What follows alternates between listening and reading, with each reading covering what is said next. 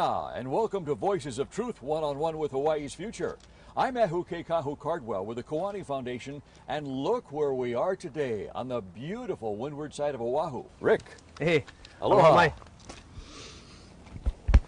Nice to meet you. Nice to meet you. Rick Barboza. Did I say your name right? Yep. Rick, tell us where we are. This is beautiful. Oh, mahalo. This is Huiku Maoli, and it is a native plant nursery and landscaping company and habitat restoration, and we do all kind of stuff. But Huiku Maoli. And what does that mean in English? It means the organization that stands for native life. Wow. So we primarily deal with native plants, but we really are in the business of trying to bring everything that's unique to Hawaii back to life together again. And usually the plants is the main focus of all of that, because everything kind of revolves around it or depends on the plants. Rick, when you say native plants, you mean plants that are indigenous to Hawaii? Yes? Indigenous and endemic, yes. What is the difference between those two? Well, they're both considered native, but indigenous means that it's native to Hawaii, but also native to other parts of the world. Endemic means that it's only found in Hawaii and nowhere else in the world. And in Hawaii, of all of our native plants, 90% are endemic. Really? Yeah. That's unusual, huh? Yeah, we have a really high rate of endemism here in Hawaii, just primarily due to our isolation. Yeah, wow. Yep. So you guys started this business here to refurbish, but reforest Hawaii with its endemic and native plants, yes? Yes, yeah, we started it, me and my business partner, Matt Kapaliku Sherman, we're both from Waimanalo, and we both were at UH. We've been friends forever, but while we were at Hawaii, UH, yes? University of Hawaii, while we were there, he was a Hawaiian studies major and I was a zoology major, but my focus was conservation biology. And we both, understood the need for native plants in our prospective, schools.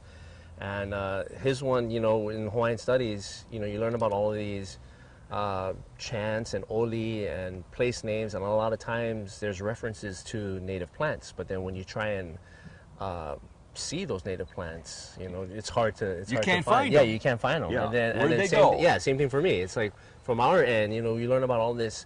Hawaii being the extinction capital of the world and the endangered species capital of the world, and it's like that made me realize, it's like, okay, well, what about all these plants in our yards and everything? And then you find out that those plants are all introduced into Hawaii, and everything that we pretty much surround ourselves today with are introduced plants.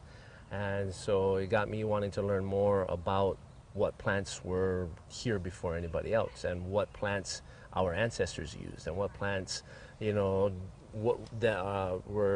our native birds relied upon, and so both he and I, and thankfully his dad had a nice piece of property in Waimanalo, is where we started our operation, and we were there for several years, and then we moved here in about 2005, and we've been here ever since. So Huiku Maoli has been in business for how long now? About November will make 16 years. 16 years? Yeah. Wow. But we started growing plants. We started the operation back when we were in college. And then when we graduated, like right before we graduated, we actually registered the business and everything and became legit. But it went from a hobby to a business. And after we graduated, we gave ourselves a year to see where we could go with the company. And if it did well, we would stick to it. If it didn't, then we would go back to school. This is where all of our workers do most of their work. And then, they do cuttings, they pot up plants and whatnot. And then when they're planting seeds or they're making cuttings, usually everything goes into this house, which is our mist house. Okay, so they go through cuttings in pots right into here. Right into here. And this is stage one. This is stage one. So this is where most of our plants and cuttings get the rooted. Baby ones. Yeah. So we either plant... the mist is going to go off in here. It goes off for about 5 seconds every 5 minutes. So you're telling me I should back up. here here it goes. It's just here we go. Go look right at this. Now. Look at this. Here we go. Yeah.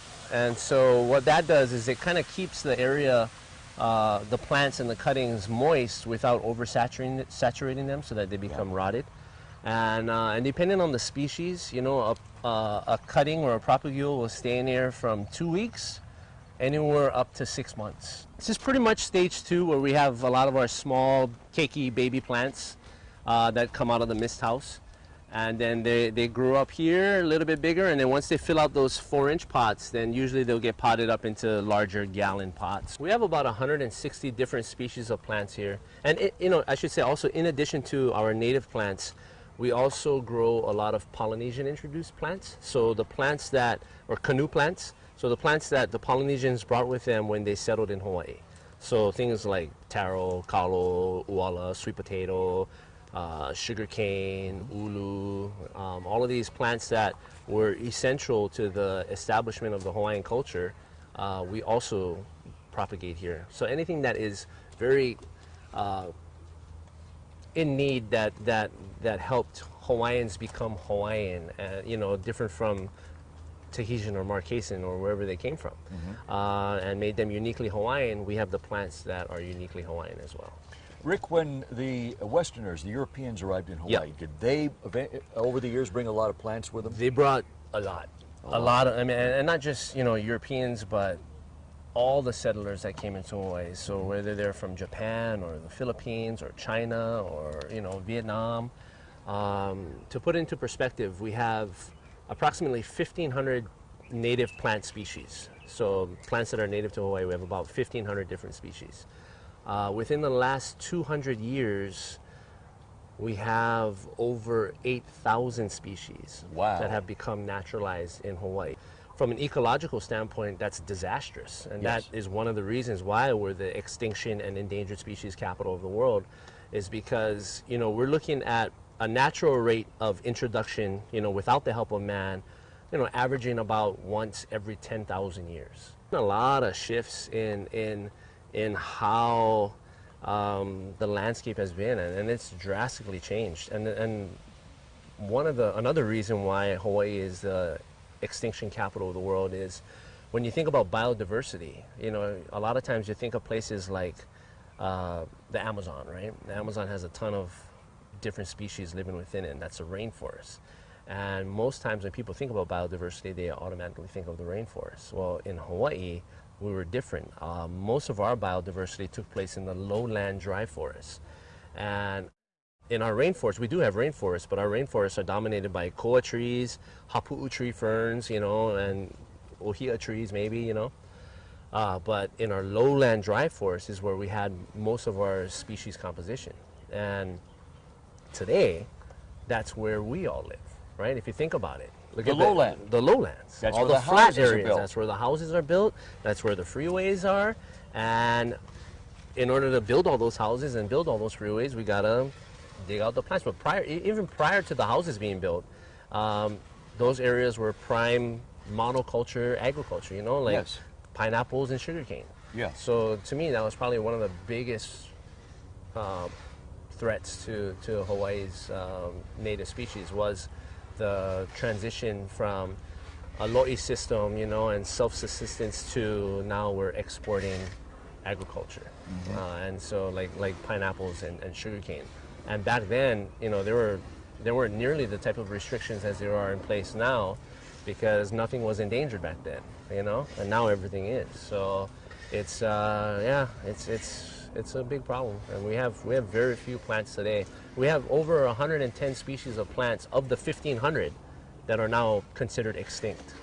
So yeah, almost 10% of our native plants are now considered extinct. In addition to a lot of the plants that we grow primarily for landscaping or habitat restoration, or just for people to enjoy in their yards, we have a lot of plants that serve a function traditionally. So, for example, we grow a lot of plants that are medicinal, and a lot of times plants that people have in their yards are medicinal. They don't even know about it.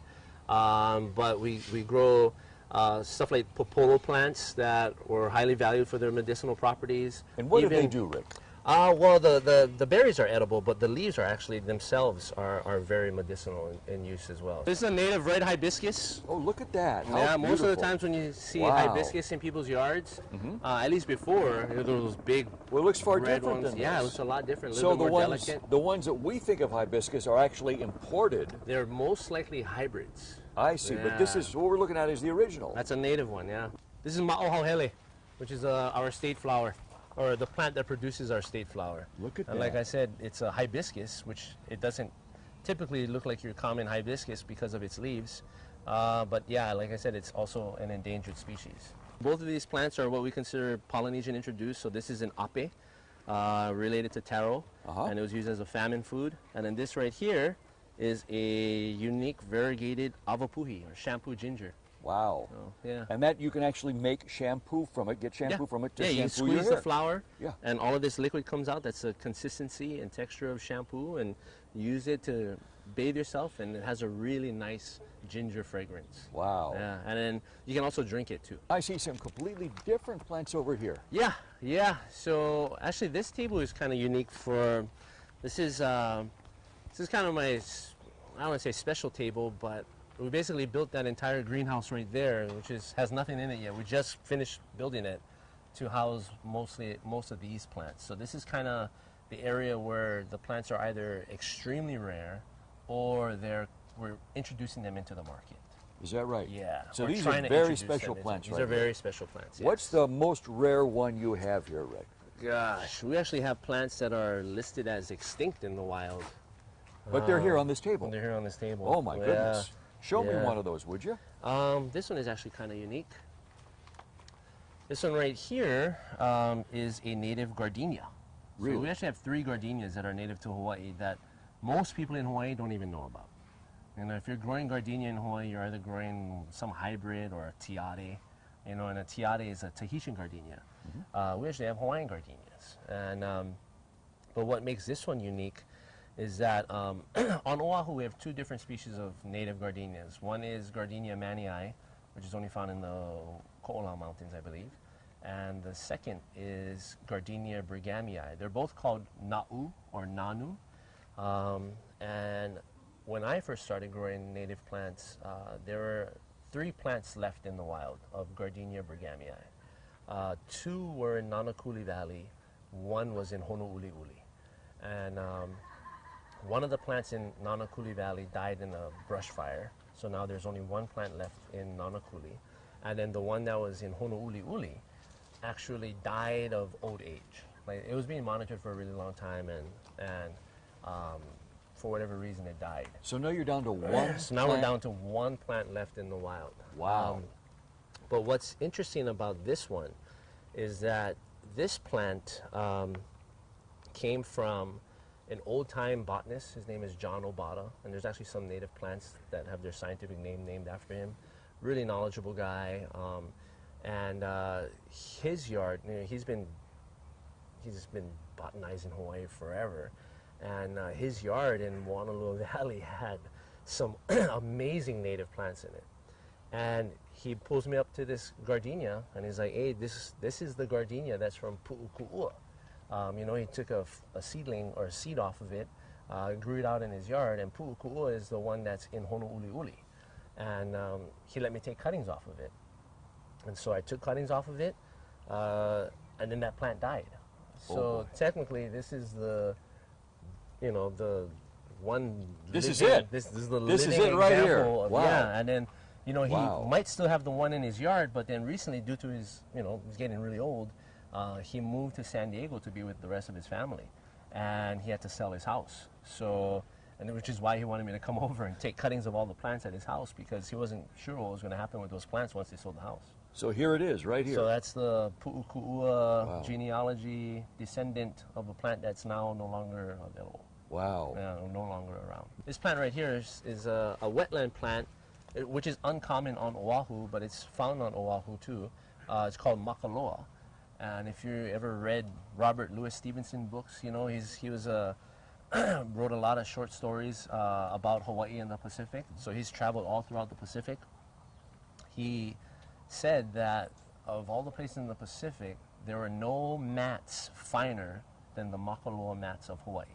And that's the plant that was woven to make those mats. Interesting, Rick, because as I look at this plant here, It's small. it's small, but it doesn't look like anything that would be in a tropical place like Hawaii. It Yeah. looks more like reeds that would grow Yeah. in some stream, maybe in California or No, this is a Oregon Hawaiian or something plant. like that. But Wow. we actually have a lot of wetlands in Hawaii, except a lot of them have been filled in, or they're now dominated by invasive species. Inside of here is a little bit, it's our shade house, so every greenhouse that we've been in before has actually a clear roof. This one has a shade roof on it.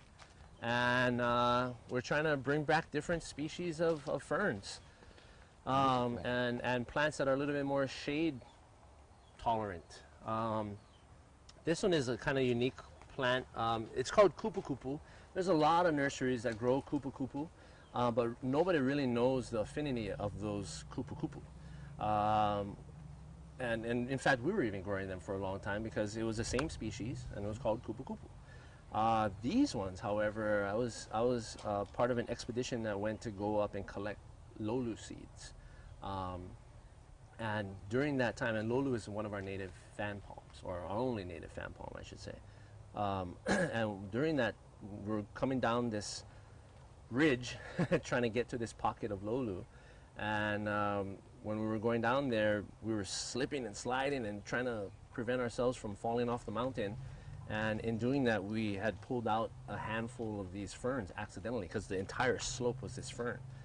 And so between the organizations that were there, I think there were like 14 little baby ferns that got ripped out. So I took 7 of them, and Lion Arboretum took the other half. So they got divvied up. We got divvied up, yeah. Okay. And from the 7 that we had, I just kept on propagating them and propagating them and propagating them, and now we have And this is this it. whole table, Wow. this half a table, all of those on there. I just kept on propagating them, and now I know exactly where these plants came from. And we took 7 plants and made over 5,000. As much as I was shocked about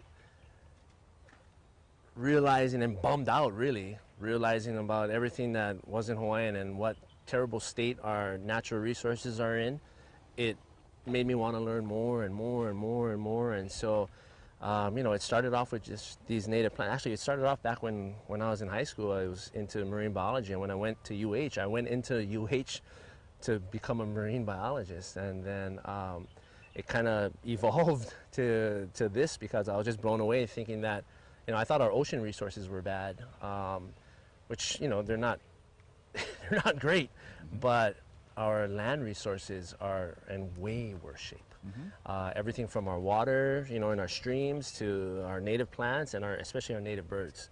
And so one of the main drivers for doing this was to try and provide habitat more for our native forest birds and then our native snails. You know, we have some beautiful land snails in Hawaii, Yes. except they're probably the rarest snails in the world. Yes.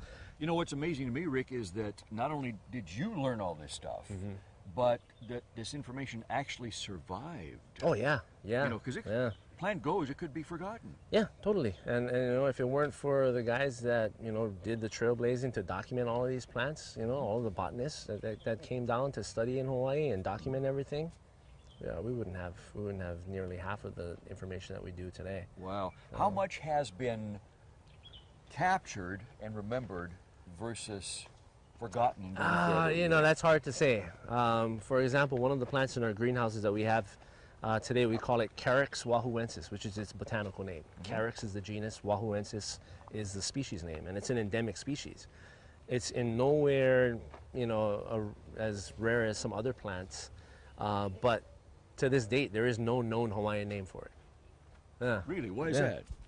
It's just lost. Wow. Yeah. So nobody knows the Hawaiian name for that. But then on the other flip side, there's some trees and such that are extremely rare that nobody really knows the Hawaiian name for it. And there's still plants being discovered today that nobody's ever documented before that we don't know what the Hawaiian name is. Wow. So in that case, I mean, you know, it's to me, losing the name is one thing, but losing the plant altogether is worse. You know, and we can always do our parts as Hawaiians to you know, possibly give it a name that would be most fitting for the plant. You know, and in some cases that's already being done. Like, for example, on Maui we have a rare Maui parrotbill, which is a bird. There was no known Hawaiian name for the parrotbill, so one was recently given to it. And the name that was given to it is, what is that, an onomatopoeia, which is where the sound that it makes. And so the Hawaiian name for it, I believe, is kiwi Q, and that's the sound that the bird makes. Wow. Yeah. Before Western contact, before even Polynesian contact, before the Yeah. Tahitians and everybody else came here, Hawaii was when it was awesome. but it must have looked completely Totally different, yeah. Completely different. Yeah. Like nothing like what it looks Yeah. like today, huh? Yeah, and that's like when people daydream, I do that a lot. Like whenever I'm in areas that, you know, especially in areas that I've never been to before, and I see what's there, and then I try and envision what was there before. I waste so much time doing that, but it's not necessarily a waste of time because I enjoy doing it, and then it helps with, you know, trying to. It's like a CSI thing, you know. You're trying to solve the puzzle of what was here before, and you can kind of get an idea of what the plant community was like based off of other areas that have a similar environment. And you can kind of piecemeal the plants that are still there, maybe in those areas too. So I waste a lot of time doing that. Wow. So it sounds like there was maybe 3 or 4 different, completely different Hawaiis in terms of what it. There was like. the pre-Hawaiian. Yep. Then there was the Polynesian. Pre-Polynesian. Then there was the Polynesian. Then there was the European, post-European. Right. Yeah. And each one of those were not even similar or close to each Yeah, other. and then now we're transitioning into a new one, right? So you know, even the Polynesians when they settled here, there was extinction that took place. Sure. Primarily in possibly our bird species, our flightless birds. We had a lot of flightless birds here in Hawaii. But then there was a landscape alteration then. Then when the Europeans came in and commercialized a lot of our land and that, like I said, the mono agriculture came in, that definitely did a number on us. And then now we're realizing the state, right? So now there's this transition. And you know, our company tagline is Hui Kumaliola, transforming land back to Aina. Yes. And so what we're trying to do is we're taking land and trying to transform it back to how it was, or how we can best perceive it to have been. Yeah. Rick, I know you have an area up here that we're not going to be going to today, but you said some school kids are going up there to look and learn for themselves. Yep. What happens when you bring people in here, whether they're this tall or this tall, and they begin to see this and they begin to hear this information? What effect does that have upon them? A lot. Well, it's a lot of learning. No matter what age you are, you're going to learn. And when you're younger, we just try. Actually, it doesn't matter what age you are. We always try to just make it fun, because the best way to learn is and to retain that knowledge, a new knowledge, is to make it either applicable to something or just make it fun to learn. And so students really like coming here because, you know, we have and actually the area that we're primarily talking about is our nonprofit called Papahana Kuola. And Papahana Kuola is an unbelievable, great organization. We have a bunch of directors that are running it that do tremendous work, both on site and away from the facility too. We have actually teachers that go into the schools and give lectures. Right, but aren't people really amazed and shocked when they begin to learn this stuff? Yeah, a lot of times, I mean, especially the residents, the people that have lived there their whole lives. And they thought Hawaii looked like one thing, and then they realized, wait a minute. Back. Yeah. Wow. Yeah, and then when we have visitors that come in here and we tell them that, you know, you're basically surrounded by plants, and actually out there is a good place to look, because this is the type of plants that surround most places in Hawaii. This is what people think Hawaii looks like. Yeah, and they think that that's Hawaiian. Yeah. But none of those plants in that area are Hawaiian, except for maybe a couple of kukui nut trees I can see. So, yeah. And things that we often associate with Hawaii, you know, like mangoes, papayas, pineapples. Those are all introduced. Here all the way. Well, kukui is Hawaiian. Right, but it's a Polynesian introduced plant. But this stuff over here, everything in that area, that's all jungle that we're trying to reclaim and transform back to native plants. But that's like postcard Hawaii. That's what people think of as Hawaii. Mangoes and pineapples. Yeah. Hawaiian Host chocolate, macadamia nuts. Not Hawaiian. But that's not Hawaii. No. That's totally not Hawaiian. In fact, that like tears a gut in me looking at it, because of all of the plants in there that are really just invasive species. But yet we've acclimated ourselves into believing that that's Hawaii, you know, until you really sit down and you learn about it, and you're like, oh man, and then what are you going to do about it? But if there's a conscious effort made to restore Hawaii back to how it was, you know, how about just giving ourselves the time frame of how long it took for it to get bad? you know. So, you know, things have gotten really bad in the last 200 something years. And that's without even really trying, you know. I mean, they just did stuff, and inadvertently it made everything messed up. If we can actually try to reverse the process and make it better, I think we could make a huge impact in the next 200 years. What's at stake if we don't? Everything that we consider Hawaii. We're gonna have to change our name. We're gonna have to change the Hawaiian Islands to something else, because that's not Hawaii. And we're on track to making Hawaii not Hawaii anymore. We're transforming land back to Aina. So, Transforming Hawaii back to Hawaii. Yeah. Wow, that's Yeah. amazing. Rick, thank you so much. That's where No we're going to have worries. to leave it. Thank you. Thank you for showing us around your Mahalo. place here. It's just awesome. Please keep doing what you're doing, because yeah. we want to see Hawaii return to Hawaii. Yeah, we do. Wow. We do. I really don't know how to do anything else, so this is it. Wonderful. And to our viewers, mahalo to you for joining us with Rick Barboza here today. This is an amazing operation he has. Remember, you can watch us on the web 24/7 on voicesoftruthtv.com, and you can like Voices of Truth One-on-One with Hawaii's Future on Facebook. I'm Ehu Keikahu Cardwell with the Kiwane Foundation. And until next time, ahui ho!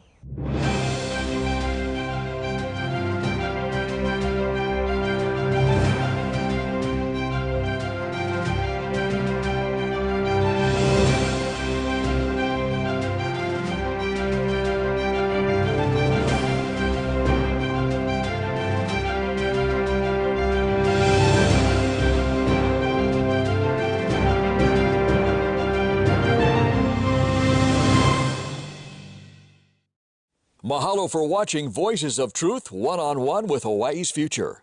Watch us on the web 24/7 at voicesoftruthtv.com.